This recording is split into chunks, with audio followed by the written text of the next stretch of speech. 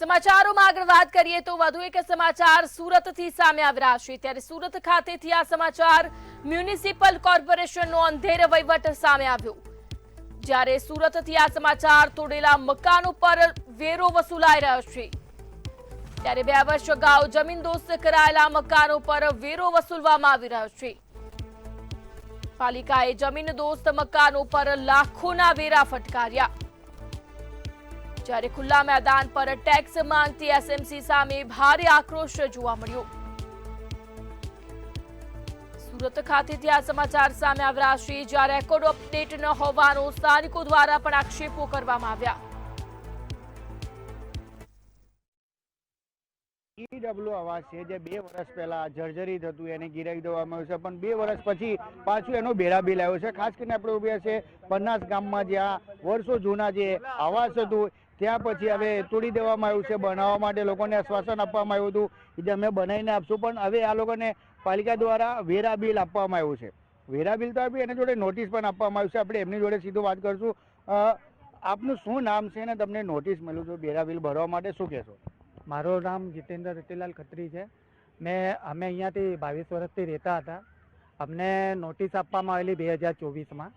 તો અમને એવું કહેવામાં આવેલું કે તમે અહીંયાથી તમારા મકાન જર્જરિત થઈ ગયા છે, પડવા જેવા થઈ ગયેલા છે કે તમે મકાન ખાલી કરી દો, બરાબર। તમને અમે ટેન્ડર બી પાસ કરી આપું, તમને ભાડુઆત બી ચાલુ કરી આપું કે તમે જલ્દીમાં જલ્દી અહીંયાથી ખાલી કરો। અમે તો મકાન ખાલી કરી દીધા। એ પછી નગરપાલિકાવાળા કોઈ અમારો હાલચાલ પૂછવા આવ્યા નથી। આ સુધી અમારું ભાડુઆત બી ચાલુ થયું નથી। તો અમારા સરકારને આગ્રહ છે કે અમારું ભાડું જલ્દીમાં જલ્દી ચાલુ છે ને અમારે અહીંયા મકાન સુરક્ષિત અમને બનાવી આપે।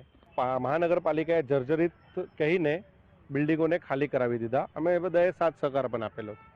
એ પછી 2024માં 8મા મહિનામાં અમને અહીંયાથી ખસેડી દેવામાં આવેલા હતા। બધા પોતપોતાના રીતે બધા ભાડે રહી છે, કોઈ સરકાર તરફથી કોઈ વૈકલ્પિક સુવિધા નથી।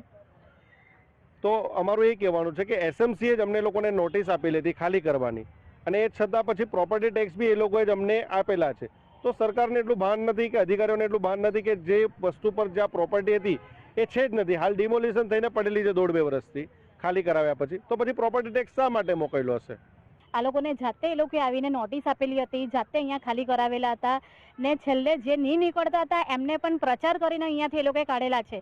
અડધાનું સામાન અંદર હતું, પછી એ લોકોએ જાતે સામાન કાઢીને બહાર કાઢેલા છે। તો એટલું તો એ લોકોને ખબર હોવી જોઈએ કે જ્યારે ને પાછા આ મકાન પાડ્યા તે પણ અમે જાતે તો નથી પાડ્યા, એસએમસી વાળા આવીને જ પાડી ગયા છે। તો પછી એ લોકો કે રીતે વેરા બિલ કે રીતે મોકલી શકે? એમ કહેવાય કે આ ખાલી પડેલા જે પ્લોટ છે જે ત્યાં અમે રહેતા હતા એનું વેરા બિલ તમે જોડે એસએમસી વસૂલ કરવા માંગે છે એમને? હા, કાં તો પછી એ લોકો અમને લીગલી ખાલી નથી કરાવ્યા। આનો મતલબ એક જ થઈ શકે કે અમે ખાલી કરીને ગયા છે પણ એ લોકોને તે એ લોકો છે ને તે લીગલી નથી ખાલી કરાવ્યા। આ સાબિત કરવા માંગે છે એ લોકો, કેમ કે જ્યાં સુધી અહીંયા મકાન હોય તો જ વેરા બિલ આવે ને। તો એસએમસીમાં અમારા મકાન હજી બોલાય છે?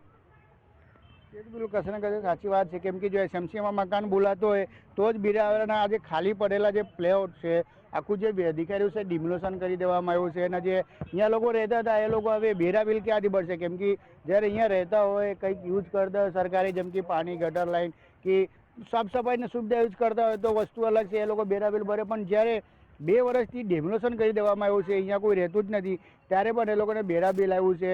એ લઈને કશે ને કશે જે સ્થાનિક છે એમના રોષ જોવા મળ્યું છે ને જ્યારે આ લોકો કોર્પોરેટરને વાત કરે તે પણ ગોલ ગોલ વાતો કરીને એ લોકો રહેવા દીધું છે ને આગળ ભરજો ને એમ કરીને રહેવા દીધું। પણ હવે હાલ એ જ પરિસ્થિતિ છે કે જે 2 વર્ષથી જ મકાન ડેમોલિશન થઈ ગયું છે તો પણ એનું વેરા બિલ આવે તો કશે ને કશે જે મહાનગરપાલિકા છે એ બુદ્ધિનું પ્રદર્શન કરી રહી છે। કેમેરા પર્સન શોએબ શેખ સાથે દીપક રાય, મંતવ્ય ન્યૂઝ, સુરત।